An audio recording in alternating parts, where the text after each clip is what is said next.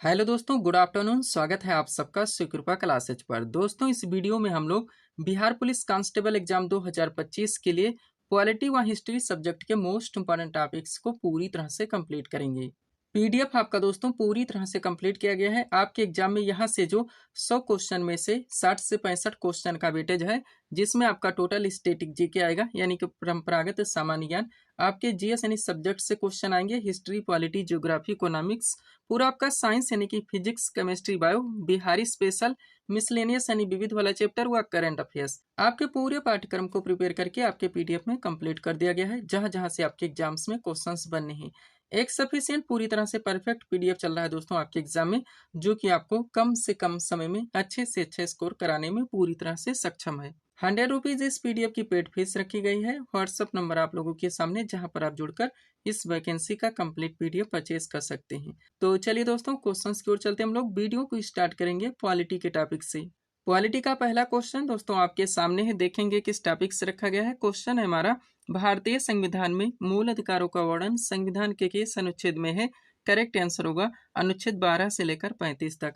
Polity का पहला question दोस्तों हमारा किस टॉपिक से रखा गया है, मूल अधिकार से, यानी कि फंडामेंटल राइट्स से, जो कि आपका सुपर टॉपिक है, ट्रेंडिंग टॉपिक है। कंटिन्यू दोस्तों आपके एग्जाम्स के हर शिफ्ट में यहाँ से क्वेश्चंस बन रहे हैं। तो इस टॉपिक से रिलेटेड जितने भी क्वेश्चंस, फैक्ट व कंटेंट निकलते हैं, पूरी तरह से कंप्लीट करके परफेक्ट सीट आपके सामने लगा दी गई है। अगर इस सीट को आप अच्छे से कंप्लीट करके चलते हैं, तो इस टॉपिक से रिलेटेड कोई भी क्वेश्चंस आपके एग्जाम में किसी भी टेंस से, किसी भी फॉर्मेट से पूछे जाते हैं, क्वेश्चन आपसे मिस होंगे और ना ही एग्जाम में आपको तुक्का लगाना पड़ेगा। तो चलिए दोस्तों, इस सुपर टॉपिक को हम लोग पूरी तरह से कंप्लीट करना शुरू करते हैं। क्वेश्चन था हमारा, भारतीय संविधान में मूल अधिकारों का वर्णन संविधान के किस अनुच्छेद में है। करेक्ट आंसर होगा अनुच्छेद 12 से लेकर 35 तक। अब चलिए दोस्तों, इस सीट को थोड़ा सा अपने सामने करते हैं। देखिएगा, इंपॉर्टेंट पॉइंट्स के जरिए इस टॉपिक को ए टू जेड यानी कि क्रम से सब कुछ पूरी तरह से कंप्लीट किया गया है। पहला पॉइंट है हमारा, भारतीय संविधान में मूल अधिकारों का वर्णन संविधान के अनुच्छेद 12 से 35 तक है, जो कि संविधान का भाग 3 है। आगे बढ़ेंगे। प्रारंभ में मूल अधिकारों की संख्या 7 थी, लेकिन 44वें संविधान संशोधन 1978 के द्वारा संपत्ति के अधिकार को मूल अधिकार से हटाकर एक विधिक अधिकार यानी कि एक कानूनी अधिकार बना दिया गया और अनुच्छेद 300 का में जोड़ दिया गया। तब से वर्तमान में टोटल मूल अधिकारों की संख्या 6 है। हर फैक्ट आप कंप्लीट करके चलेंगे। दोस्तों, हम आपको बताना चाहेंगे, हमारे एक सेंटेंस है कि कॉन्सेप्ट से बहुत सारे क्वेश्चन, फैक्ट व कंटेंट निकलते हैं, जो कि आपके एग्जाम में भर भर के पूछे जाते हैं। यही वजह है दोस्तों, हम अपने वीडियोस में ऑप्शन नहीं लगाते, क्योंकि ऑप्शन से एक साथ सारी चीजें कंप्लीट नहीं हो सकती, केवल कंफ्यूजन क्रिएट होता है और टाइम टेकिंग हो जाता है। दोस्तों, हम आपको बताना चाहेंगे, जो भी टॉपिक्स हमारे द्वारा जहाँ पे उठाए जाते हैं, उनको वहीं पे क्रम से सब कुछ पूरी तरह से कंप्लीट कर दिया जाता है। इसके लिए मुझे कितने भी बुक से मटेरियल का कलेक्शन क्यों ना करना पड़े। आगे बढ़िएगा दोस्तों। अब सबसे पहले आप लोग उन 6 मूल अधिकारों को आर्टिकल के साथ पूरी तरह से कंप्लीट करेंगे, जहां से आपके एग्जाम में डायरेक्टली क्वेश्चन बन जाते हैं। सबसे पहले दोस्तों, समानता का अधिकार, जिसका प्रावधान भारतीय संविधान के अनुच्छेद 14 से लेकर 18 तक है। दूसरा आपका स्वतंत्रता का अधिकार, जिसका प्रावधान भारतीय संविधान के अनुच्छेद 19 से लेकर 22 तक है। तीसरा है आपका शोषण के विरुद्ध अधिकार, जिसका प्रावधान भारतीय संविधान के अनुच्छेद 23 से लेकर 24 तक है। और चौथा है दोस्तों, धार्मिक स्वतंत्रता का अधिकार, जिसका प्रावधान भारतीय संविधान के अनुच्छेद 25 से लेकर 28 तक है। पांचवा आपका संस्कृति तथा शिक्षा संबंधी अधिकार, जिसका प्रावधान भारतीय संविधान के अनुच्छेद 29 से लेकर 30 तक है। और छठा दोस्तों, संवैधानिक उपचारों का अधिकार, जिसका प्रावधान भारतीय संविधान के अनुच्छेद 32 में। ध्यान रखेंगे आप लोग। अब चूंकि दोस्तों ये आपका सुपर टॉपिक है, आपके एग्जाम में दोस्तों यहाँ से एक एक आर्टिकल से कंटिन्यू क्वेश्चंस बनते हैं। तो यहाँ पे दोस्तों मूल अधिकारों से संबंधित जितने भी प्रावधान किए गए हैं, आर्टिकल के साथ आप लोग क्रम से पूरी तरह से कंप्लीट करेंगे। देखिएगा, सबसे पहले आता है आपका समानता का अधिकार, जिसका प्रावधान भारतीय संविधान के अनुच्छेद 14 से लेकर 18 तक है। अब इसमें पहला पॉइंट देखिएगा, क्या है दोस्तों, कानून के समक्ष समानता के अधिकार का प्रावधान की बात की जाए दोस्तों, तो इसका प्रावधान भारतीय संविधान के अनुच्छेद 14 में है। नेक्स्ट, धर्म, मूल, वंश, जात, लिंग या जन्म स्थान के भेदभाव का परिच्छेद दोस्तों, इसके प्रावधान की बात की जाए तो भारतीय संविधान के अनुच्छेद 15 में है। आगे बढ़ेंगे। लोक नियोजन के विषयों में अवसर की समानता का प्रावधान दोस्तों भारतीय संविधान के अनुच्छेद 16 में किया गया है और अस्पृश्यता के अंत का प्रावधान अनुच्छेद 17 में किया गया है। यहाँ से आपका आखिरी है दोस्तों, उपाधियों का अंत, जिसका प्रावधान भारतीय संविधान के अनुच्छेद 18 में है। हर आर्टिकल को दोस्तों आप लोग अच्छे से क्लियर करके चलेंगे, ताकि इस टॉपिक से कोई भी क्वेश्चन आपके मिस ना हो। आगे बढ़िएगा। दूसरा है दोस्तों आपका स्वतंत्रता का अधिकार, जिसका प्रावधान भारतीय संविधान के अनुच्छेद 19 से लेकर 22 तक है। अब इसमें पहला पॉइंट देखिएगा, क्या है, विचार और अभिव्यक्ति की स्वतंत्रता का अधिकार दोस्तों, तो इसका प्रावधान भारतीय संविधान के अनुच्छेद 19A में है। नेक्स्ट, अस्त्र शस्त्र रहित तथा शांतिपूर्वक सम्मेलन की स्वतंत्रता का अधिकार, तो इसका प्रावधान भारतीय संविधान के अनुच्छेद 19 बी में है। आगे बढ़िएगा। समुदाय और संघ निर्माण की स्वतंत्रता का अधिकार दोस्तों, इसका प्रावधान भारतीय संविधान के अनुच्छेद 19 सी में है। और भारत राज्य क्षेत्र में अबाध भ्रमण की स्वतंत्रता का प्रावधान दोस्तों भारतीय संविधान के अनुच्छेद 19 डी में है। आगे बढ़िएगा। भारत राज्य क्षेत्र में अबाध निवास की स्वतंत्रता का प्रावधान देखा जाए तो ये अनुच्छेद 19 ई में है। और वृत्ति उपजीविका या कारोबार की स्वतंत्रता का प्रावधान दोस्तों तो ये भारतीय संविधान के अनुच्छेद 19F में किया गया है। आगे बढ़ेंगे। अपराध की दो सिद्धि के विषय में संरक्षण का प्रावधान दोस्तों अनुच्छेद 20 में है। व्यक्तिगत स्वतंत्रता तथा जीवन की सुरक्षा का अधिकार दोस्तों इसका प्रावधान अनुच्छेद 21 में है। और बंदीकरण की अवस्था में दोस्तों संरक्षण का प्रावधान तो भारतीय संविधान के अनुच्छेद 22 में है। ध्यान रखेंगे आप लोग। आगे बढ़ते हैं दोस्तों हम लोग तीसरे मूल अधिकार की ओर। तीसरा आपका कौन सा दोस्तों? शोषण के विरुद्ध अधिकार, जिसका प्रावधान भारतीय संविधान के अनुच्छेद 23 से लेकर 24 तक है। अब सबसे पहले 23 देखिएगा। तो मानव के क्रय विक्रय और बेकार पर रोक, इसका प्रावधान भारतीय संविधान के अनुच्छेद 23 में है। वहाँ 14 वर्ष से कम आयु के बच्चों को कारखानों, खानों तथा अन्य जोखिमपूर्ण कार्यों में नौकरी पर रखने का निषेध दोस्तों, इसका प्रावधान भारतीय संविधान के अनुच्छेद 24 में। ध्यान रखिएगा। आगे बढ़ते हैं। चौथा मूल अधिकार है धार्मिक स्वतंत्रता का अधिकार, जिसका प्रावधान भारतीय संविधान के अनुच्छेद 25 से लेकर 28 तक है। अब इसमें पहला देखिएगा, अंतःकरण की स्वतंत्रता का अधिकार दोस्तों, इसका प्रावधान अनुच्छेद 25 में है। धार्मिक मामलों का प्रबंध करने की स्वतंत्रता का प्रावधान दोस्तों अनुच्छेद 26 में है। धार्मिक व्यय के लिए निश्चित धन कर पर अदायगी में छूट दोस्तों, इसका प्रावधान भारतीय संविधान के अनुच्छेद 27 में है। और शिक्षण संस्थाओं में धार्मिक शिक्षा प्राप्त करने या न करने की स्वतंत्रता का प्रावधान दोस्तों अनुच्छेद 28 में है। ध्यान रखिएगा आप लोग। आगे बढ़ते हैं। पांचवा मूल अधिकार है दोस्तों हमारा संस्कृति और शिक्षा संबंधी अधिकार, जिसका प्रावधान भारतीय संविधान के अनुच्छेद 29 से लेकर 30 तक है। इसमें 29 देखिएगा। तो अल्पसंख्यक वर्गों के हितों के संरक्षण का प्रावधान अनुच्छेद 29 में है। और शिक्षा संस्थाओं की स्थापना और प्रशासन करने का अल्पसंख्यक वर्गों का अधिकार दोस्तों, इसका प्रावधान अनुच्छेद 30 में है। ध्यान रखेंगे। और लास्ट छठा है दोस्तों हमारा संवैधानिक उपचारों का अधिकार, जिसका प्रावधान भारतीय संविधान के अनुच्छेद 32 में है। बहुत सारे कंटेंट यहाँ से बनते हैं दोस्तों, आप क्रम से कंप्लीट कीजिएगा। पहला पॉइंट, संविधान द्वारा प्रदान किए गए इस अधिकार को डॉक्टर भीमराव अंबेडकर ने संविधान का हृदय तथा आत्मा की संज्ञा दी है। यह अधिकार सभी नागरिकों को छोड़ देता है कि वह अपने अधिकारों के संरक्षण के लिए सर्वोच्च न्यायालय तथा उच्च न्यायालय जा सकते हैं। सर्वोच्च न्यायालय एवं उच्च न्यायालय मौलिक अधिकारों को लागू करने के लिए राज्य सरकारों को निर्देश दे सकती है तथा अवहेलना की स्थिति में सर्वोच्च न्यायालय अनुच्छेद 32 तथा उच्च न्यायालय अनुच्छेद 226 के तहत निम्नलिखित रिट जारी कर सकती है और इन्हें न्यायिक अभिलेख कहा जाता है। ये 5 रिट दोस्तों अभी आप लोग कंप्लीट करेंगे। सबसे पहले एक पॉइंट देखिएगा।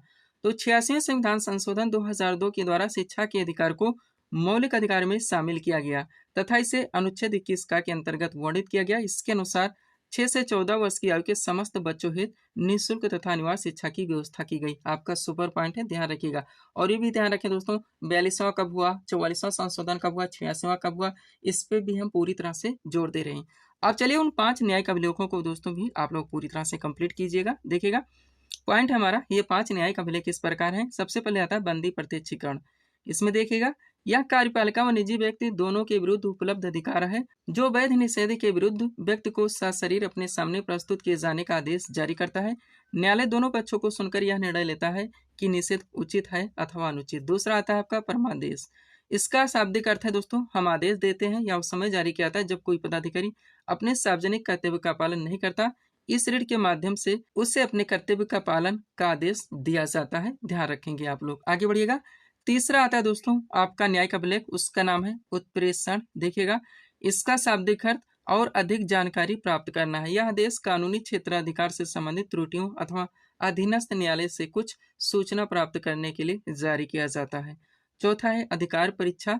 जब कोई व्यक्ति ऐसे पदाधिकारी के रूप में कार्य करने लगता है जिसका वह वैधानिक रूप से अधिकारी नहीं है, तो न्यायालय इस ऋण के द्वारा पूछता है कि वह किस आधार पर इस पद पर कार्य कर रहा है। इस प्रश्न का समुचित उत्तर देने तक वह कार्य नहीं कर सकता।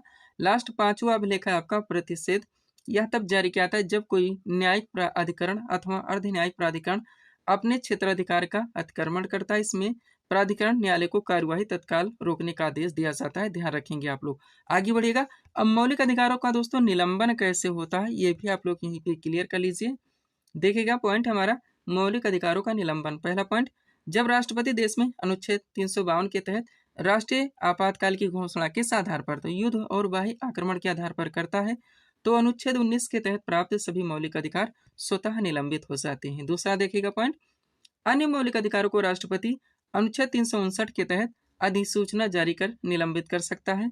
44वें संविधान संशोधन 1978 के अनुसार अनुच्छेद 20 जिसमें प्रावधान किया गया है अपराधों के लिए दोष सिद्धि के संबंध में संरक्षण, और अनुच्छेद 21 जिसमें प्रावधान किया गया है जीवन और व्यक्तिगत स्वतंत्रता की सुरक्षा को निलंबित नहीं किया सकता। क्लियर रहेंगे आप लोग। डायरेक्टली आपके एग्जाम में क्वेश्चन बनते हैं दोस्तों, वो कौन कौन से हमारे राइट्स हैं या अधिकार हैं जो कि आपातकाल के दौरान भी दोस्तों नष्ट नहीं होते, खत्म नहीं होते, समाप्त नहीं होते, तो अनुच्छेद 20 और 21 है। अगला पॉइंट, इस प्रकार देश में आपात स्थिति में राष्ट्रपति अधिसूचना जारी कर अनुच्छेद 20 और 21 द्वारा प्रदत्त अधिकारों को छोड़कर शेष सभी मौलिक अधिकारों को निलंबित कर सकता है। क्लियर रहेंगे आप लोग। आगे बढ़िएगा दोस्तों, एक छोटा सा नोट देखिए ताकि ये टॉपिक आपका पूरी तरह से कंप्लीट हो सके। पॉइंट हमारा, मौलिक अधिकार को भारतीय संविधान का मैग्ना कार्टा कहा जाता है और भारतीय संविधान में वर्णित मौलिक अधिकार ये अमेरिका के संविधान से लिया गया। ध्यान रखेंगे यहाँ पे दोस्तों आपका मौलिक अधिकार यानी कि फंडामेंटल राइट्स टॉपिक पूरी तरह से कंप्लीट हो जाता है। अब हम चाहेंगे दोस्तों आप लोग यहीं पे एक और पॉइंट को पूरी तरह से कंप्लीट कर लीजिए। हालांकि ये मौलिक अधिकार का हिस्सा नहीं दोस्तों, लेकिन आपके एग्जाम में यहाँ से भी क्वेश्चन बन सकते हैं। तो क्या है दोस्तों, सूचना का अधिकार आप लोग नाम सुने होंगे, राइट्स टू इंफॉर्मेशन यानी कि RTI। पॉइंट देखेगा, भारतीय नागरिकों को सूचना का अधिकार कानून वर्ष 2005 प्राप्त है जो संपूर्ण देश में 12 अक्टूबर 2005 से लागू है। यद्यपि यह एक मौलिक अधिकार नहीं है, परंतु इस अधिकार के उल्लंघन करने के क्रम में संदर्भित अधिकारियों को दंडित करने का प्रावधान किया गया है और सूचना आयोग ने राष्ट्रीय एवं राज्य स्तरीय निकाय का गठन इस अधिकार को लागू करने के उद्देश्य से किया है। ध्यान रखेंगे आप लोग। तो इसको भी दोस्तों आप लोग पूरी तरह से कंप्लीट रखेंगे।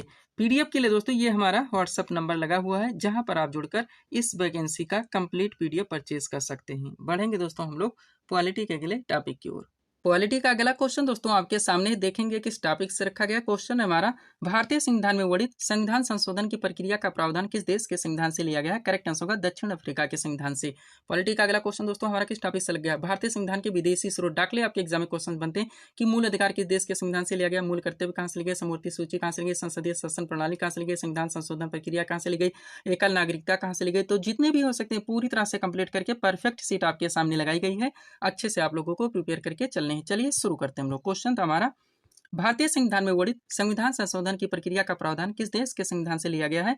करेक्ट आंसर होगा दक्षिण अफ्रीका के संविधान से। अब चलिए दोस्तों इस सीट को थोड़ा सा अपने सामने करते हैं। देखिएगा इंपॉर्टेंट पॉइंट्स के जरिए इस टॉपिक को क्रम से पूरी तरह से कंप्लीट किया गया है। स्टार्ट करते हैं हम लोग ब्रिटेन के संविधान से। तो सबसे पहले इसमें संसदीय शासन प्रणाली, मोस्ट इंपॉर्टेंट विधि निर्माण प्रक्रिया यानी कि विधि का शासन, एकल नागरिकता आपका सुपर रहता ही है, संसदीय विशेषाधिकार, मंत्रिमंडल का लोकसभा के प्रति सामूहिक उत्तरदायित्व, औपचारिक प्रधान के रूप में राष्ट्रपति, अखिल भारतीय सेवा प्रणाली व द्विसंधीय व्यवस्था। ये चीजें दोस्तों ब्रिटेन के संविधान से ली गई हैं। पूरी तरह से आप क्लियर रहेंगे। आगे बढ़िएगा, अमेरिका के संविधान से देखेंगे तो मौलिक प्रस्तावना, मौलिक अधिकार आपका सुपर रहेगा ही, उपराष्ट्रपति का पद, स्वतंत्र एवं निष्पक्ष न्यायालय, न्यायिक पुनर्विलोकन, सर्वोच्च न्यायालय का गठन एवं शक्तियां, ये सारी चीजें दोस्तों अमेरिका के संविधान से ली गई हैं। कनाडा के संविधान से देखेंगे तो संघात्मक व्यवस्था बार बार पूछा था, शक्तियों का विभाजन, राज्यपाल की नियुक्ति, वहां अवशिष्ट शक्तियों का केंद्र में निहित होना, ये प्रावधान कनाडा के संविधान से लिए गए हैं। यही वजह दोस्तों अपने वीडियो में ऑप्शन नहीं लगाते। आयरलैंड के संविधान से देखेगा नीति निर्देशक तत्व यानी कि DPSP सुपर रहेगा, राष्ट्रपति की निर्वाचन पद्धति तथा राज्यसभा के सदस्यों का निर्वाचन, ये प्रावधान आयरलैंड के संविधान से लिए गए। जर्मनी से केवल प्रावधान क्या, आपातकालीन उपबंध। ध्यान रखेंगे आप लोग। आगे बढ़ते हैं।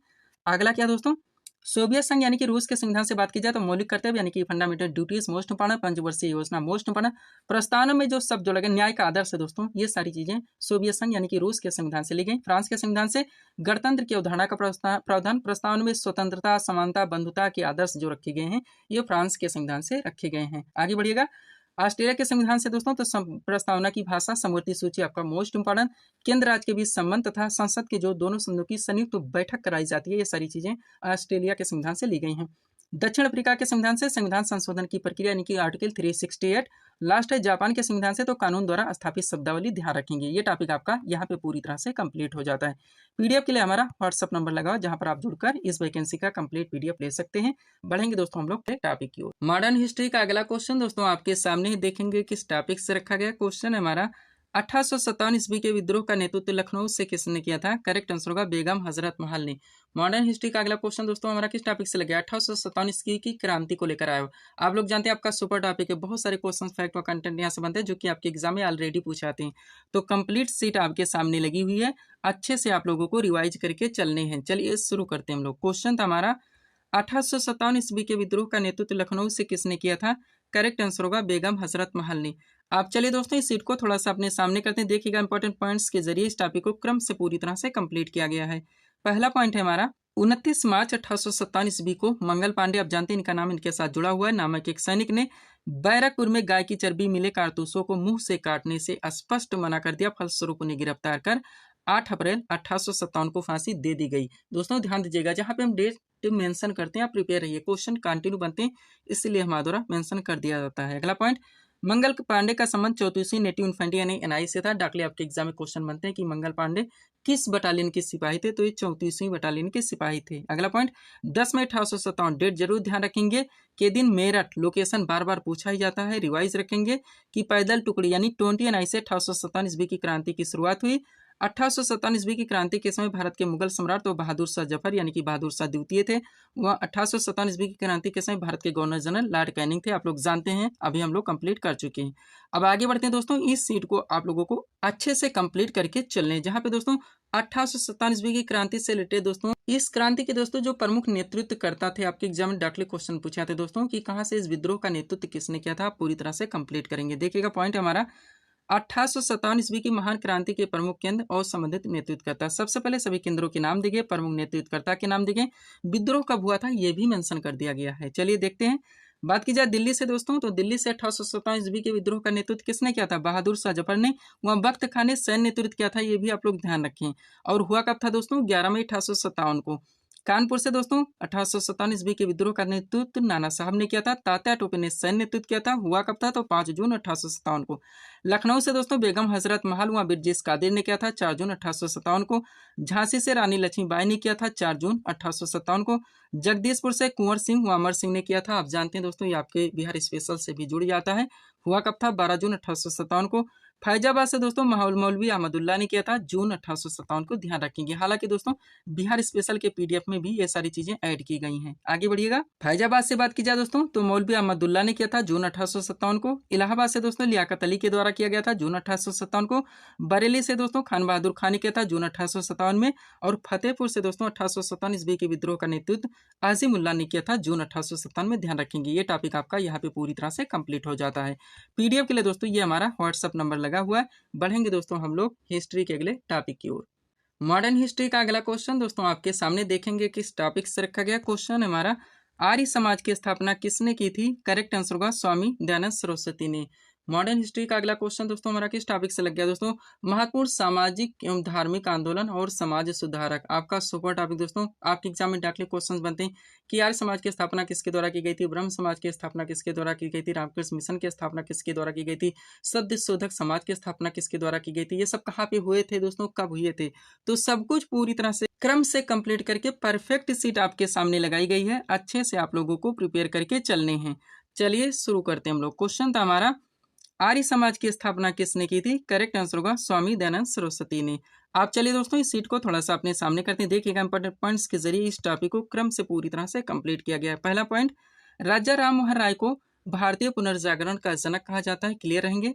ब्रह्म समाज की स्थापना राजा राम मोहन राय द्वारा 20 अगस्त 1828 को कलकत्ता में की गई, जिसका उद्देश्य तत्कालीन हिंदू समाज में व्याप्त बुराइयों, सती प्रथा, बहुविवाह, व्यास्यागमन, जातिवाद व अस्पृश्यता आदि को समाप्त करना था। अगला पॉइंट, राजा राम मोहन राय ने 1815 ईस्वी में आत्मीय सभा की स्थापना की। 1825 ईस्वी में इन्होंने वेदांत कॉलेज की स्थापना की। इन्होंने हिंदू कॉलेज खोलने में डेविड हेयर का सहयोग किया। इन्होंने सती प्रथा के विरुद्ध आंदोलन चलाया तथा पाश्चात्य शिक्षा के प्रति अपना समर्थन दिया। ये सारे फैक्ट से आप लोग क्लियर रहेंगे।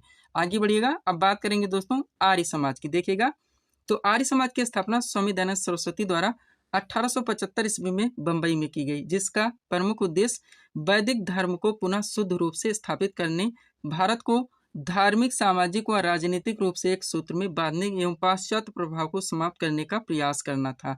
इन्होंने अपने उपदेशों में मूर्ति पूजा, बहुदेववाद, अवतारवाद, पशुबलि, श्राद्ध, जंत्र तंत्र मंत्र झूठे कर्मवाद आदि की आलोचना की तथा पुनः वेदों की ओर लौटो का नारा दिया और शुद्धि आंदोलन चलाया। उनके विचारों का संकलन उनकी कृति सत्यार्थ प्रकाश जो कि 1833 में हुई थी दोस्तों में मिलता है। आप लोग जानते होंगे, सारे सुपर कंटेंट हैं, ध्यान रखेंगे। आगे बढ़िएगा। अब आता है दोस्तों रामकृष्ण मिशन की बात करेंगे। तो रामकृष्ण मिशन की स्थापना 1897 ईस्वी में स्वामी विवेकानंद ने बेल्लूर कलकत्ता में की। इस मिशन का नाम रामकृष्ण परमहंस के नाम पर रखा गया था, जो कि इनके गुरु थे। स्वामी विवेकानंद का वास्तविक नाम नरेंद्र नाथ दत्त था। 1893 ईस्वी में स्वामी विवेकानंद ने शिकागो में हुई धर्म संसद में भाग लेकर पाश्चात्य जगत को भारतीय संस्कृति और दर्शन से अवगत कराया। ध्यान रखेंगे। आगे बढ़िएगा। थियोसॉफिकल सोसाइटी की स्थापना 1875 ईस्वी में मैडम ब्लावत्स्की एवं कर्नल अर्काट के द्वारा न्यूयॉर्क संयुक्त राज्य अमेरिका में की गई। भारत में इस आंदोलन की गतिविधियों को व्यापक रूप से फैलाने का श्रेय श्रीमती एनी बेसेंट को दिया जाता है। 1898 ईस्वी में एनी बेसेंट ने बनारस में सेंट्रल हिंदू कॉलेज की स्थापना की, जो कि बाद में हिंदू विश्वविद्यालय बना। ध्यान रखेंगे आप लोग। आगे बढ़ते हैं। अगला पॉइंट क्या है दोस्तों, अभी एक सीट लगाई जाएगी जिसमें इस टॉपिक को पूरी तरह से कंप्लीट कर लिया जाएगा। उसको भी आप लोगों को अच्छे से रिवाइज करें ताकि कोई भी क्वेश्चन दोस्तों इस टॉपिक से आपका मिस ना हो। देखिएगा, भारत में यंग बंगाल आंदोलन प्रारंभ करने का श्रेय हेनरी विवियन डेरोजियो को है। एंग्लो इंडियन डेरोजियो कलकत्ता में 1826 से 31 ईस्वी तक हिंदू कॉलेज में अध्यापक रहे। डेरोजियो ने ईस्ट इंडियन नामक दैनिक पत्र का भी संपादन किया। हेनरी विवियन डेरोजियो को आधुनिक भारत का प्रथम राष्ट्रवादी कवि माना जाता है। प्रार्थना समाज की स्थापना आत्माराम पांडुरंग ने 1867 में बंबई में की। वहाबी आंदोलन के नेता सैयद अहमद बरेलवी थे। वहाबी आंदोलन का मुख्य केंद्र पटना था। अलीगढ़ आंदोलन की शुरुआत सैयद अहमद खान ने की थी। इन्होंने 1877 ईस्वी में अलीगढ़ मुस्लिम विश्वविद्यालय की स्थापना की। सारी चीजें आप क्लियर करके चलेंगे। अभी सीट को दोस्तों आप लोगों को अच्छे से क्लियर करके चलें, जहाँ पर दोस्तों सामाजिक धार्मिक आंदोलन समाज सुधार से लेकर दोस्तों जितने भी महत्वपूर्ण संगठन की स्थापना की गई थी उनके नाम दिए गए हैं। उसके बाद में दोस्तों उनका स्थापना वर्ष दिया गया है और इनके संस्थापक कौन थे ये भी मेंशन कर दिया गया है। बात की जाए दोस्तों एशियाटिक सोसाइटी की, तो इसकी स्थापना 1784 में की गई थी विलियम जोन्स के द्वारा। आत्मीय सभा की स्थापना 1815 में हुई थी राजा राम मोहन राय के द्वारा। वेदांत कॉलेज की स्थापना 1825 में हुई थी राजा राम मोहन राय के द्वारा। और ब्रह्म समाज की स्थापना 1828 में हुई थी राजा राम मोहन राय के द्वारा। ध्यान रखेंगे। तत्वबोधिनी सभा की स्थापना 1839 में हुई थी देवेंद्र ठाकुर के द्वारा। इंडियन एसोसिएशन की स्थापना 1876 में हुई थी आनंद मोहन बोस और सुरेंद्र नाथ बनर्जी के द्वारा। ध्यान रखेंगे आप लोग। आगे बढ़ते हैं। अगला क्या है दोस्तों, पूना सार्वजनिक सभा जिसकी स्थापना 1867 में की गई थी एम.जी. रानडे के द्वारा। प्रार्थना समाज की स्थापना 1867 में हुई थी आत्माराम पांडुरंग के द्वारा। आर्य समाज की स्थापना 1875 में हुई थी स्वामी दयानंद सरस्वती के द्वारा। बेलूर मठ की स्थापना 1887 में हुई थी स्वामी विवेकानंद के द्वारा। और रामकृष्ण मिशन की स्थापना 1897 में हुई थी भी स्वामी विवेकानंद के द्वारा। ध्यान रखेंगे।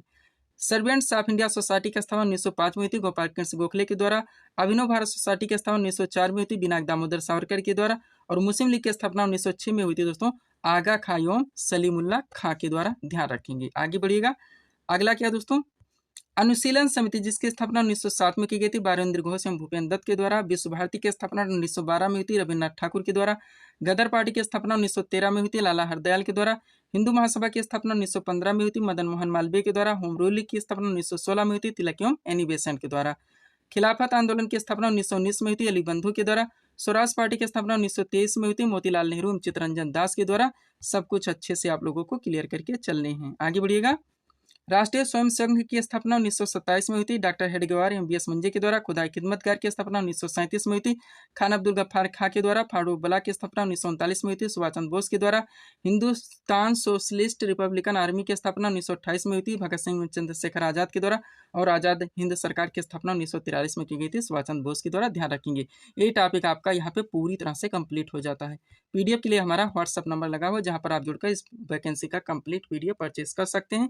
बढ़ेंगे दोस्तों अब हम लोग के टॉपिक की ओर। हिस्ट्री का अगला क्वेश्चन दोस्तों हमारे सामने देखेंगे किस टॉपिक से रखा गया। क्वेश्चन है हमारा, भारत का प्रथम गवर्नर जनरल कौन था? करेक्ट आंसर होगा लॉर्ड विलियम बेंटिक, जिनका कार्यकाल था 1828 से लेकर 1835 ईस्वी तक। मॉडर्न हिस्ट्री का अगला क्वेश्चन दोस्तों हमारा किस टॉपिक से लग गया? भारत के गवर्नर जनरल, आपका सुपर टॉपिक दोस्तों, ये भी आपका मॉडर्न हिस्ट्री का टॉपिक है और दोस्तों पॉलिटी का भी टॉपिक है। तो परफेक्ट सीट दोस्तों आपके सामने लगाई गई है, जहां पे दोस्तों आप लोग बंगाल के गवर्नर से लेकर यानी कि बंगाल के गवर्नर, बंगाल के गवर्नर जनरल, भारत के गवर्नर जनरल, भारत के वायसराय एवं अंतिम वायसराय, स्वतंत्र भारत के प्रथम एवं अंतिम भारतीय गवर्नर जनरल व इनके द्वारा जितने भी प्रावधान किए गए सब कुछ पूरी तरह से कंप्लीट करके ये सीट आपके सामने लगाई गई है।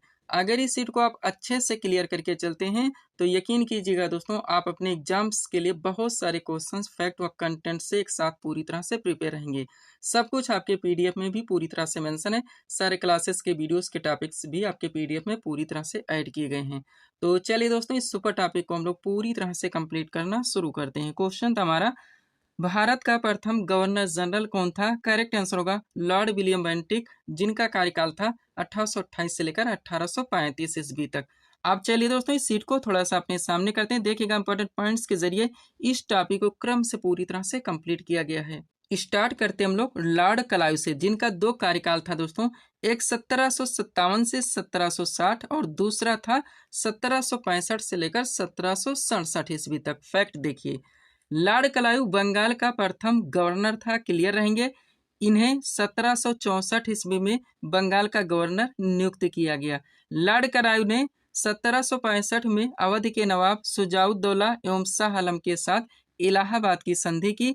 23 जून 1757 ईस्वी में क्लाइव के नेतृत्व में अंग्रेजों ने बंगाल के नवाब सिराजुद्दौला को प्लासी की युद्ध में हराकर अंग्रेजी आधिपत्य कायम किया। पूरी तरह से हर फैक्ट से आप क्लियर रहेंगे ताकि कोई भी क्वेश्चन कहीं से आपके मिस ना हो। अब इनके बाद में आते हैं दोस्तों वारेन हेस्टिंग्स, जिनका कार्यकाल था 1772 से लेकर 1785 ईस्वी तक। पहला पॉइंट देखिएगा, यह 1772 ईस्वी में बंगाल का गवर्नर बना तथा रेगुलेटिंग एक्ट जो कि 1773 ईस्वी में पारित हुआ था दोस्तों, के ब्रिटिश पार्लियामेंट द्वारा पारित कर देने के बाद इन्हें गवर्नर जनरल बनाया गया, यानी बंगाल का गवर्नर जनरल बनाया गया। और एक पॉइंट है, रेगुलेटिंग एक्ट 1773 ईस्वी के तहत कलकत्ता में एक सुप्रीम कोर्ट की स्थापना की गई थी। ध्यान रखेंगे आप लोग, हर फैक्ट आप अच्छे से प्रिपेयर करके चलेंगे। आगे बढ़िएगा। इनके बाद में कौन आते हैं दोस्तों? लॉर्ड कॉर्नवालिस, जिनका कार्यकाल था 1786 से लेकर 1793 ईस्वी तक। पहला पॉइंट देखिएगा, इनके समय में ही तृतीय मैसूर युद्ध जो कि 1789 से 1792 तक चला तथा टीपू सुल्तान के साथ श्रीरंगपट्टनम की संधि जो कि 1792 में हुई थी, ये सारी चीजें की गई थी। लॉर्ड कॉर्नवालिस के कार्यकाल में ही 1793 में बंगाल में अस्थायी बंदोबस्त लागू किया गया। बार बार पूछा था कि इनके कार्यकाल में, तो लॉर्ड कॉर्नवालिस कब? 1793। कॉर्नवालिस ने पुलिस सुधार के अंतर्गत जिलों की सीमा तय कर जिलों में पुलिस थानों की स्थापना करके एक दरोगा को इसका इंचार्ज बनाया। अतः इन्होंने ही भारत में पुलिस प्रशासन की शुरुआत की। बार बार पूछा था। कॉर्नवालिस को भारत में प्रशासनिक सेवा यानी सिविल सर्विसेज का जनक माना जाता है और लॉर्ड कॉर्नवालिस का मकबरा गाजीपुर उत्तर प्रदेश में स्थित है। ये भी आप लोग ध्यान रखेंगे। आगे बढ़िएगा। अब इनके बाद में आते हैं दोस्तों लॉर्ड वेलेस्ली, जिनका कार्यकाल था 1798 से 1805 ईस्वी तक। पॉइंट देखिएगा यहाँ से, लॉर्ड वेलेस्ली ने कलकत्ता में नागरिक सेवा में भर्ती किए गए युवकों को प्रशिक्षित करने के लिए फोर्ट विलियम कॉलेज की स्थापना की। लॉर्ड वेलेस्ली को बंगाल का शेर उपनाम से भी जाना जाता था। चतुर्थ मैसूर युद्ध जो कि 1799 में हुआ, जिसमें टीपू सुल्तान पराजित होकर मारा गया, अंग्रेजों ने वेलेस्ली के नेतृत्व में लड़ा था व लॉर्ड वेलेस्ली ने ही भारतीय राज्यों को अंग्रेजी राजनीतिक परिधि में लाने के लिए सहायक संधि प्रणाली का प्रयोग किया था। ये भी आप लोग ध्यान रखेंगे। आगे बढ़िएगा। अब इनके बाद में आते हैं दोस्तों लॉर्ड विलियम बेंटिक, कार्यकाल था इनका 1828 से लेकर 1835 ईस्वी तक। पॉइंट देखिएगा, भारत के पहले governor general Lord William Bentinck थे। क्लियर रहेंगे। सबसे पहले हम लोग कलेक्ट किए दोस्तों बंगाल के गवर्नर, फिर बंगाल के गवर्नर जनरल, अब आ चुके हैं भारत के गवर्नर जनरल पर। तो पॉइंट देखिएगा, लॉर्ड विलियम बेंटिक को चार्टर अधिनियम 1833 के तहत भारत का प्रथम गवर्नर जनरल बनाया गया। लॉर्ड विलियम बेंटिक के सामाजिक सुधारों में सर्वाधिक महत्वपूर्ण 1829 ईस्वी में रेगुलेशन 17, जिसके द्वारा सती प्रथा को गैर कानूनी घोषित किया गया। बेंटिक ने कर्नल स्लीमन तथा स्थानीय रियासतों की सहायता से ठगी प्रथा समाप्त की तथा बाल हत्या को भी दोस्तों प्रतिबंधित किया। ध्यान रखेंगे आप लोग। आगे बढ़िएगा।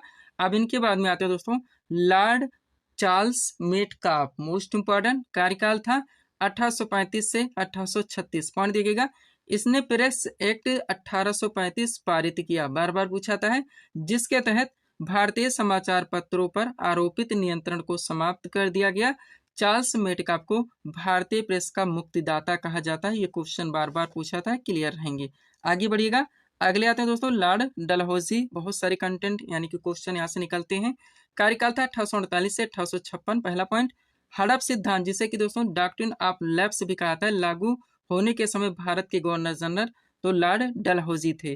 इन्हीं के कार्यकाल में विलय का सिद्धांत के तहत सतारा, जैतपुर, संभलपुर, बघाट, उदयपुर, झांसी, नागपुर राज्यों पर कुशासन का आरोप लगाकर अंग्रेजी राज्य में मिला लिया गया। डलहौजी के व्यपकत के सिद्धांत के आधार पर विलय की गई प्रथम रियासत वो सतारा थी। सैन्य सुधारों के अंतर्गत डलहौजी ने तोपखाने के मुख्यालय को कलकत्ता से मेरठ स्थानांतरित किया तथा सेना का मुख्यालय शिमला में स्थापित किया। ध्यान रखेंगे। शिक्षा संबंधी सुधारों में डलहौजी ने 1854 ईस्वी के वुड डिस्पैच को लागू किया। प्राथमिक शिक्षा से लेकर विश्वविद्यालय स्तर तक की शिक्षा के लिए व्यापक योजना बनाई गई। नेक्स्ट, एक स्वतंत्र विभाग के रूप में 1854 ईस्वी में लोक सेवा विभाग की स्थापना की। सत्येंद्र टैगोर दोस्तों भारतीय सिविल सेवा के लिए योग्यता अर्जित करने वाले प्रथम भारतीय थे, आप लोग जानते होंगे। अगला पॉइंट, डलहौजी को भारत में रेलवे का जनक माना जाता है क्योंकि इन्हीं के प्रयत्नों के फलस्वरूप महाराष्ट्र में बंबई से ठाणे तक प्रथम रेल 1853 ईस्वी में चलाई गई थी, ये भी आप लोग जानते होंगे। आगे बढ़िएगा। अगला पॉइंट क्या है दोस्तों इनका, भारत में प्रथम टेलीग्राफ लाइन कलकत्ता से आगरा 1853 में स्थापित हुई थी, ये भी दोस्तों उन्हीं के कार्यकाल में, ध्यान रखेंगे। अब इनके बाद में आते हैं दोस्तों लॉर्ड कैनिंग, जिनका कार्यकाल था 1856 से लेकर 1862 ईस्वी तक। यहाँ से पहला पॉइंट देखिएगा, लॉर्ड कैनिंग भारत में कंपनी द्वारा नियुक्त अंतिम गवर्नर जनरल तथा ब्रिटिश सम्राट के अधीन नियुक्त भारत का पहला वायसराय था। इसके समय में ही 1857 ईस्वी का महत्वपूर्ण ऐतिहासिक विद्रोह हुआ तथा 1858 ईस्वी का भारतीय परिषद अधिनियम भी पारित हुआ। 1860 से 61 ईस्वी में बंगाल में नील विद्रोह हुआ। दीन बंधु मित्र द्वारा लिखित नाटक नील दर्पण इसी विद्रोह पर आधारित है। आर्थिक सुधारों के अंतर्गत कैनिंग ने ब्रिटिश अर्थशास्त्री विल्सन को भारत बुलाया तथा 500 रुपये से अधिक आय पर आयकर लगा दिया। क्लियर रहेंगे। न्यायिक सुधारों के अंतर्गत कैनिंग ने इंडियन हाई कोर्ट जो कि 1861 ईस्वी में हुआ दोस्तों, जिसके तहत बंबई, कलकत्ता व मद्रास में एक उच्च न्यायालय की स्थापना की गई तथा कलकत्ता, बंबई और मद्रास विश्वविद्यालय की स्थापना 1857 ईस्वी में की। 1861 ईस्वी का भारत परिषद अधिनियम दोस्तों कैनिंग के समय में ही भी पास हुआ था, ये भी आप लोग ध्यान रखेंगे। आगे बढ़िएगा। अब इनके बाद में आते हैं दोस्तों लॉर्ड मेयो। मोस्ट क्वेश्चन यहाँ से निकलेगा। कार्यकाल था 1869 से 1872। पहला पॉइंट, भारत में पहली जनगणना 1872 ईस्वी में लॉर्ड मेयो के कार्यकाल में हुई थी, आप लोग जानते होंगे। लॉर्ड मेयो ने भारत में वित्तीय विकेंद्रीकरण की नीति की शुरुआत की तथा आयकर की दर को 1% से बढ़ाकर दोस्तों 2.5% कर दिया। उसने पृथक कृषि विभाग तथा भारतीय सांख्यिकी सर्वेक्षण विभाग की स्थापना की। लॉर्ड मेयो ने भारतीय राजाओं के पुत्रों की उचित शिक्षा के लिए अजमेर में लॉर्ड मेयो कॉलेज की स्थापना की। वह भारत का एकमात्र वायसराय था जिसकी उसके कार्यकाल में हत्या कर दी गई। 1872 ईस्वी में एक अफगान कैदी दोस्तों शेर खान ने उसकी चाकू मारकर अंडमान में हत्या कर दी थी, ध्यान रखेंगे। तो इनके बाद में आते हैं दोस्तों लॉर्ड लिटन। देखिएगा, बात की जाए लॉर्ड लिटन की दोस्तों तो इनका कार्यकाल था 1876 से 1880। पहला पॉइंट, लॉर्ड लिटन एक सुप्रसिद्ध उपन्यासकार, निबंध लेखक एवं साहित्यकार था। साहित्यकारों में उसे ओवन मेरिडिथ के नाम से जाना जाता था। 1876 से 78 ईस्वी में इसके समय बंबई, मद्रास, हैदराबाद, पंजाब व मध्य भारत में भयानक अकाल पड़ा जिसमें 50 लाख व्यक्ति मारे गए। लिंटन ने अकाल की जांच हेतु रिचर्ड स्टेची की अध्यक्षता में एक अकाल आयोग की स्थापना की। 1 जनवरी 1877 को ब्रिटेन की महारानी विक्टोरिया को केसर-ए-हिंद की उपाधि से सम्मानित करने के लिए दिल्ली में भव्य दिल्ली दरबार का आयोजन किया गया। इस समारोह में ऐसे समय में लाखों रुपए खर्च किए गए जब भारत में असंख्य लोग भूखे मर रहे थे। वर्नाक्यूलर प्रेस एक्ट इन्हीं के शासनकाल में पारित हुआ था, ये भी आप लोग ध्यान रखेंगे। आगे बढ़िएगा।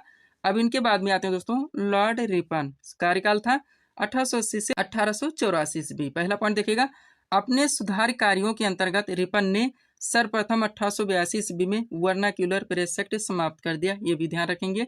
इसके सुधार कार्यों में सर्वाधिक महत्वपूर्ण कार्य था स्थानीय स्वशासन की शुरुआत, ये भी बार बार पूछा जाता है। लॉर्ड रिपन के समय में ही 1881 ईस्वी में भारत में नियमित जनगणना की शुरुआत हुई, ध्यान रखेंगे, जो तब से लेकर अब तक प्रत्येक 10 वर्ष के अंतराल पर की जाती है। साथ ही 1881 ईस्वी में पारित प्रथम भारतीय कारखाना अधिनियम बाल मजदूर समस्या से संबंधित था, ध्यान रखेंगे।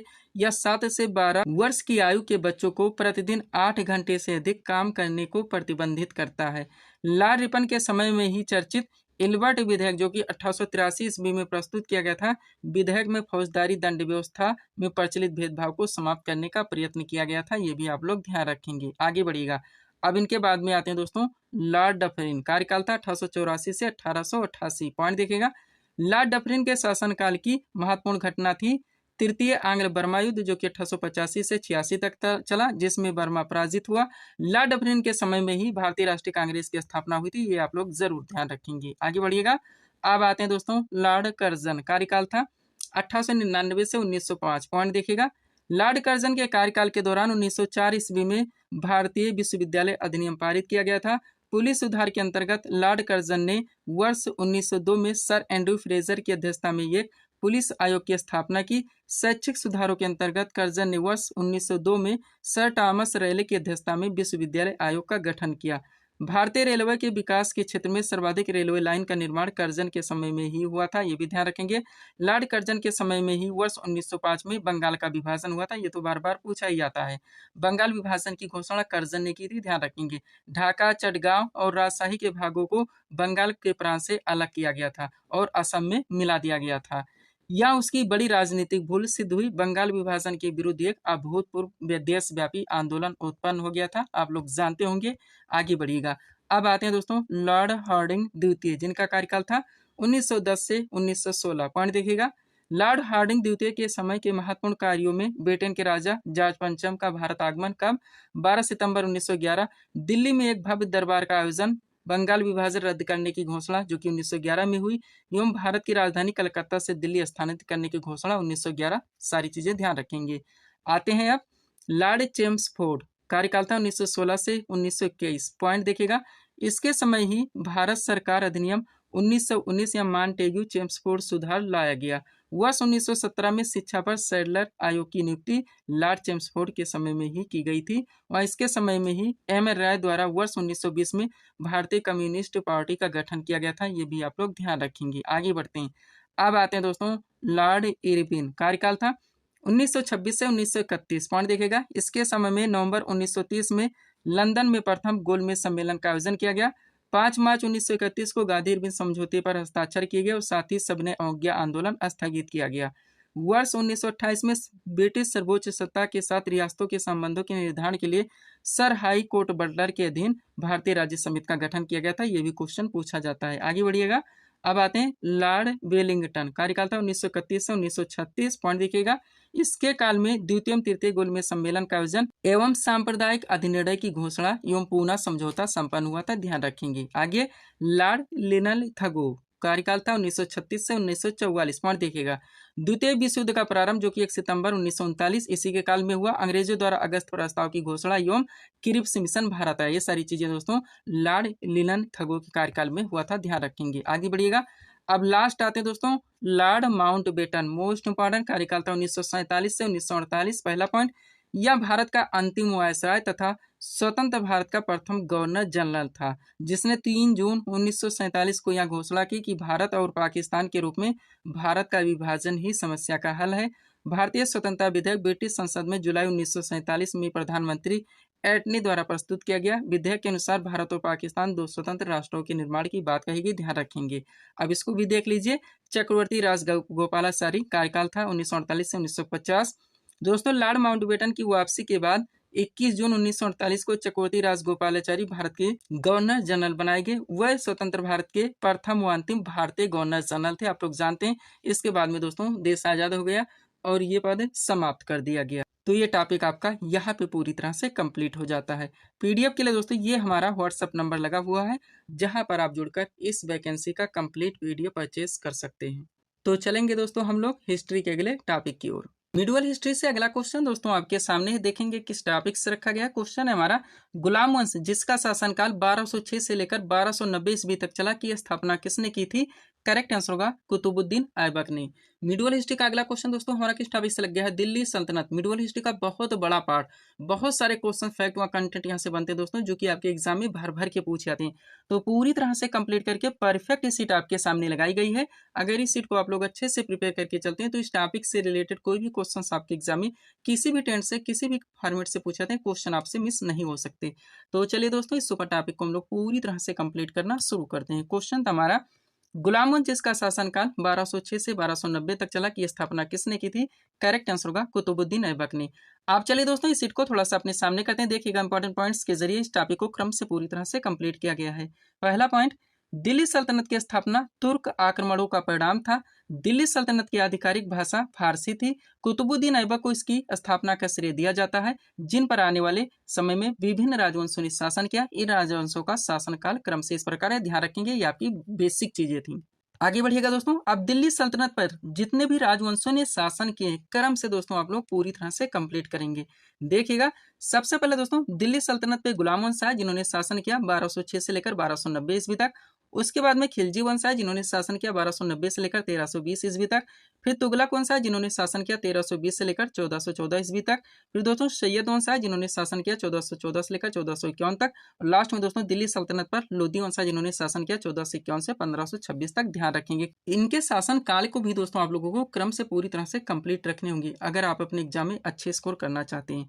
अब चले दोस्तों इनके बीच में यानी कि विभिन्न राजवंशों के बीच में क्रम से जितने भी क्वेश्चंस बनते हैं आप पूरी तरह से कंप्लीट करेंगे। देखिएगा, पॉइंट है हमारा गुलाम वंश, जिनका शासनकाल 1206 से 1290 तक चला। अब पॉइंट देखिएगा, इस वंश के अधिकतर सुल्तान पूर्व में दास यानी कि गुलाम रहे थे। इसी कारण से गुलाम वंश या मामलुक वंश के नाम से जाना जाता है। यह दिल्ली सल्तनत का दोस्तों संस्थापक राजवंश था। क्लियर रहेंगे। अगला पॉइंट, गुलाम वंश का संस्थापक कुतुबुद्दीन ऐबक, जिसका शासनकाल 1206 से 1210 तक चला, या मोहम्मद गौरी का गुलाम था। नेक्स्ट पॉइंट, कुतुबुद्दीन ऐबक को उसकी उदारता के कारण लाख बख्श यानी कि लाखों का दान देने वाला कहा गया। आप लोग जानते होंगे, कुतुबुद्दीन ऐबक ने प्रसिद्ध सूफी संत ख्वाजा कुतुबुद्दीन बख्तियार काकी की स्मृति में कुतुब मीनार का निर्माण प्रारंभ करवाया। ध्यान रखेंगे, प्रारंभ करवाया।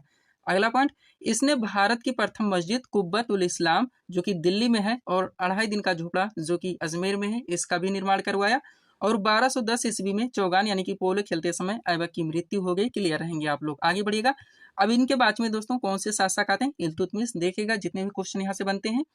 कुतुबुद्दीन ऐबक की मृत्यु के पश्चात उसके पुत्र आराम शाह को सिंहासन पर बैठाया गया, परंतु आराम शाह अयोग्य शासक था, इसलिए कुतुबुद्दीन ऐबक के दामाद इल्तुतमिश ने दिल्ली पर आक्रमण कर आराम शाह को पराजित कर दिया तथा दिल्ली के सिंहासन पर कब्जा कर लिया।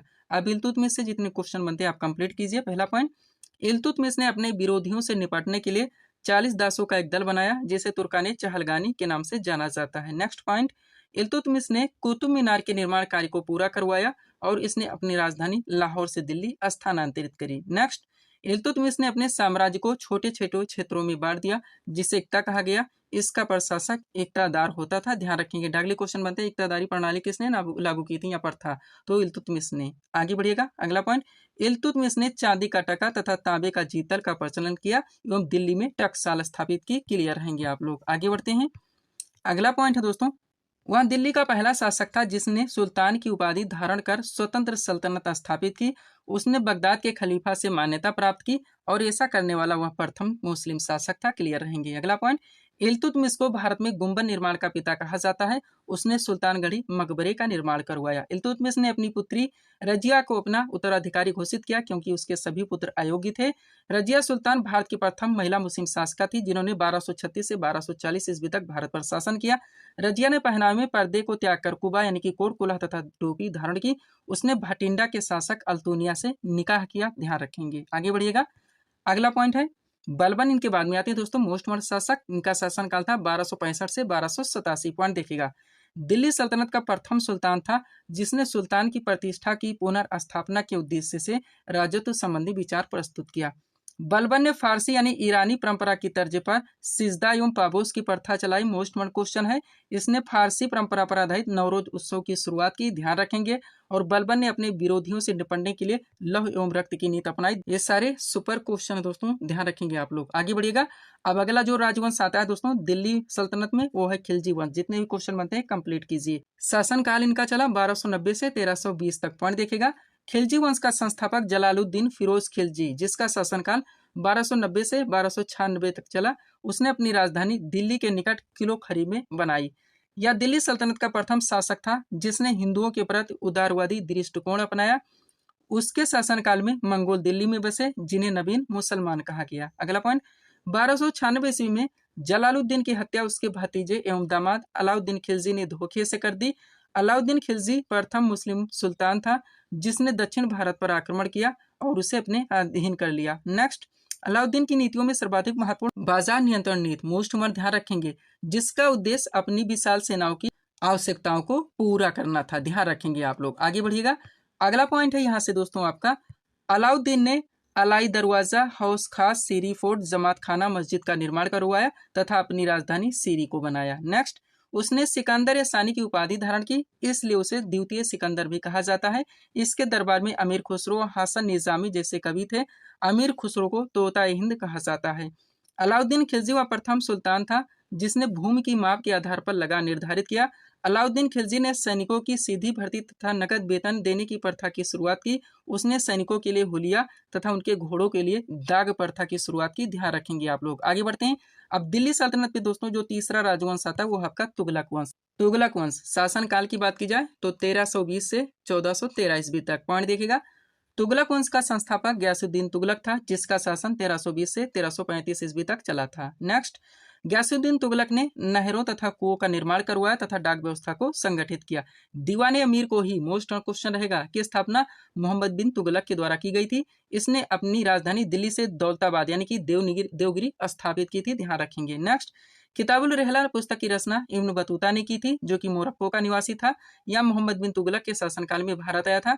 दीवाने खैरान की स्थापना फिरोज शाह तुगलक ने की थी, जो कि एक दान विभाग था। उसने दास विभाग दीवाने बंदरगान की भी स्थापना की थी। ध्यान रखेंगे। नेक्स्ट पॉइंट, फिरोज शाह तुगलक भारत में नहरों के सबसे बड़े जाल का निर्माण करने के लिए प्रसिद्ध है। फिरोज शाह तुगलक वह पहला सुल्तान था जिसे ब्राह्मणों पर भी दोस्तों जजिया कर लगाया। ध्यान रखेंगे आप लोग, बार बार पूछा जाता है। आगे बढ़ेंगे। अब दिल्ली सल्तनत पे दोस्तों जो चौथा राजवंश आया उसका नाम है सैयद वंश। शासनकाल था 1414 से 1451। पॉइंट देखिएगा, सैयद वंश की स्थापना खिज्र खां, जिनका शासनकाल 1414 से 1421 तक चला, ने की थी। खिज्र खां ने रैयत ए आला की उपाधि धारण की। सल्तनत काल में शासन करने वाला यह एकमात्र शिया वंश था। खिज्र खां के उत्तराधिकारी मुबारक शाह, मोहम्मद शाह, अलाउद्दीन, आलम शाह अयोग्य थे, जिससे बहलोल लोदी को मौका मिला तथा उसने लोदी वंश की स्थापना की। क्लियर रहेंगे। तो पांचवा आता है आपका लोदी वंश। देखिएगा, शासनकाल की बात की जाए तो 1451 से 1526 ईस्वी तक। पॉइंट देखिएगा, लोदी वंश की स्थापना बहलोल लोदी ने की थी, जिन्होंने 1451 से 1489 ईस्वी तक शासन किया था। सिकंदर लोदी इस वंश का सर्वश्रेष्ठ शासक था। उसने कुशल सैन्य व्यवस्था एवं गुप्तचर प्रणाली गठित की। सिकंदर लोदी ने भूमि मापन हेतु गज सिकंदरी नामक पैमाने का प्रचलन किया। उसने 1504 ईस्वी में आगरा शहर की स्थापना की। क्लियर रहेंगे, बार बार पूछाता है। तथा इसे अपनी राजधानी बनाया। उसने कुतुब मीनार की मरम्मत करवाई। इब्राहिम लोदी दिल्ली सल्तनत तथा लोदी वंश का अंतिम शासक था, जो कि 1526 ईस्वी के पानीपत के प्रथम युद्ध में बाबर के हाथों मारा गया। क्लियर रहेंगे। तो ये टॉपिक दोस्तों यानी कि दिल्ली सल्तनत यहाँ पे आपका पूरी तरह से कंप्लीट हो जाता है। पीडीएफ के लिए दोस्तों ये हमारा व्हाट्सअप नंबर लगा हुआ है, जहां पर आप जुड़कर विभिन्न वैकेंसीज के कंप्लीट पीडीएफ परचेज कर सकते हैं।